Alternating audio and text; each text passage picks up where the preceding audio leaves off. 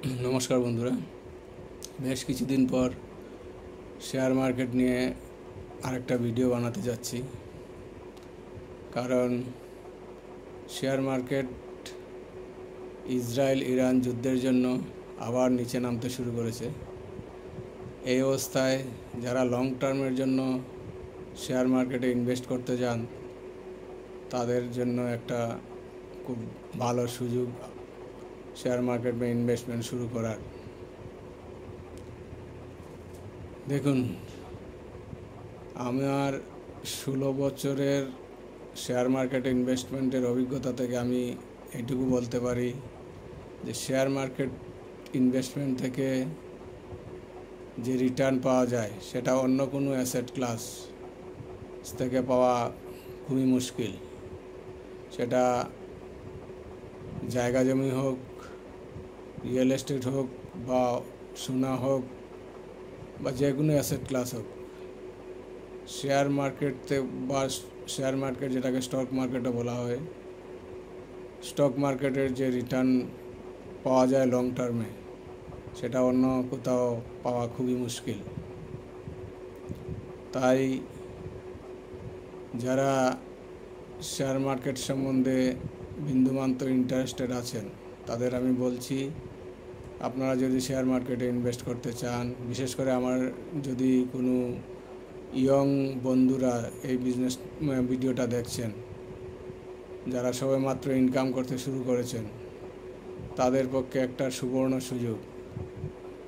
আপনারা যদি 20-25 বছর ধরে এই স্টক মার্কেটে ইনভেস্ট করে যান, তাহলে 20-25 বছর পর আপনারা যে কীরকম ওয়েলথ ক্রিয়েট করতে পারবেন আপনারা কল্পনাও করতে পারবেন না। শুধু সিম্পল নিফটি ফিফটি স্টক যেগুলো আছে, মানে নিফটি 50 মানে ইন্ডিয়ার সবচেয়ে বড় বড় 50টা কোম্পানি ওই নিফটি 50তে আছে। আপনি গুগলে সার্চ করুন, নিফটি 50 স্টক পেয়ে যাবেন।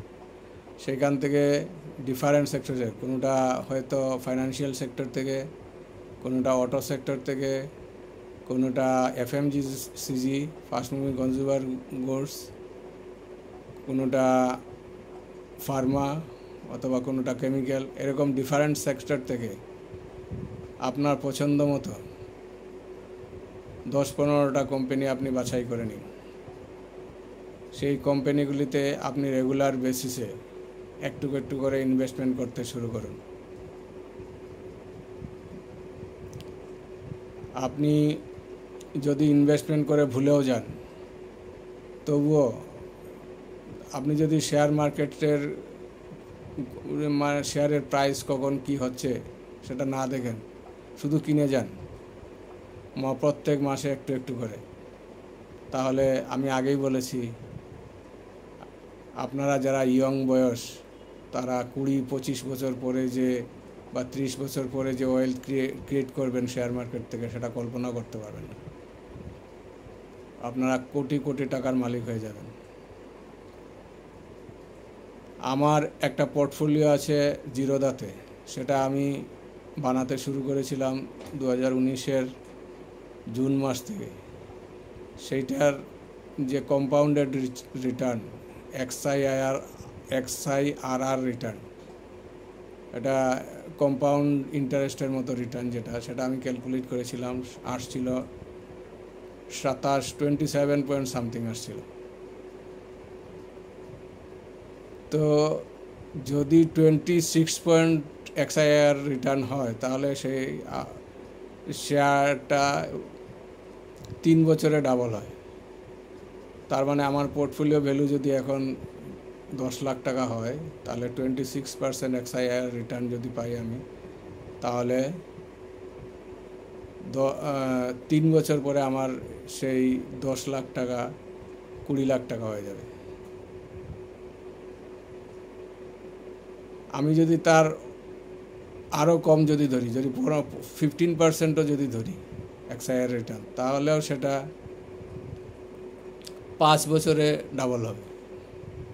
তো এরকম রিটার্ন যদি আপনার কাছে একটা ভালো রিটার্ন মনে হয়, তাহলে আপনি শেয়ার মার্কেটে ইনভেস্টমেন্ট করতে শুরু করে দিন। ধন্যবাদ।